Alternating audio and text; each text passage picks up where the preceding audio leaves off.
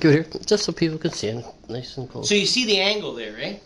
And there's a lot of people that, it gets exciting because people are looking at these deep, deep angles, right? So this angle, I guess, is about like that.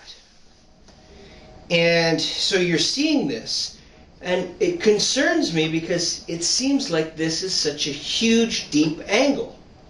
And it could be, but maybe it could be something else, right? Well, it's looking like about a 160. Yeah, it looks impossible. Mm-hmm. It is impossible, but because the angle is completely different than that. That is a laid-off club. It's the perspective of where the camera was. So here is what you would be looking at. Let's get Hogan here like this. So let's say it's like that. Let's say it's got a little bit. So there you have a similar angle. We'll even tip it. So there's Hogan. There's his arm, and there's that club shaft. Well, guess what?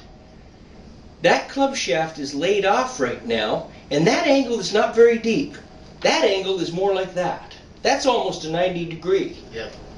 So the thing is your perspective, and this is why when you're getting your video analysis done and everything else like that, you've got to be very aware of what, when they say that you're about a 160 or whatever, and in reality, you're not.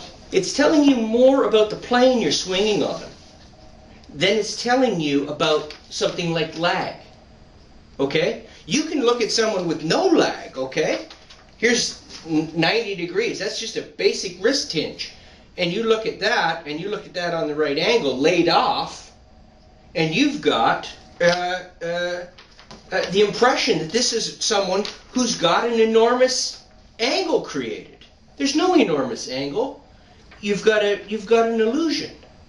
And so when you're sitting there and you're having your swing analyzed and you're looking at this and you're looking at these angles that are being created and all that, it means nothing. Nothing. And so, so you can't invest in that. There's a point to looking at your swing. There's a point to looking at those angles. But you have to transpose those angles into the angle of the camera. Well, even from your eyes you get it wrong. Yes.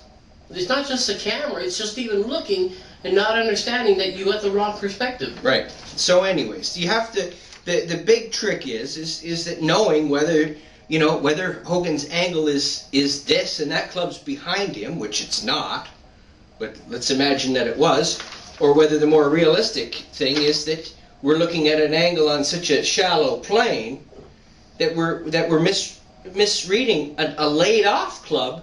This angle could be even deepening, and you could still be fooled. Yeah. This could be, he could be throwing the club from the top and diminishing that angle, and you could be fooled.